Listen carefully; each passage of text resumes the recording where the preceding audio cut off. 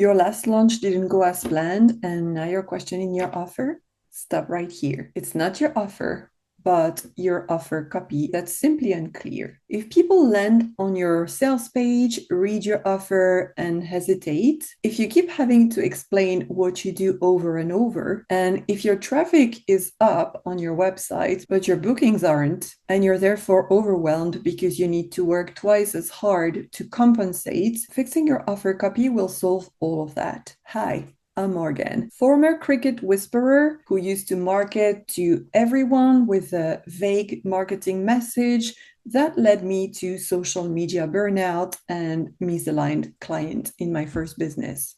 Now I help service business owners attract the right people with offer copy that does the selling.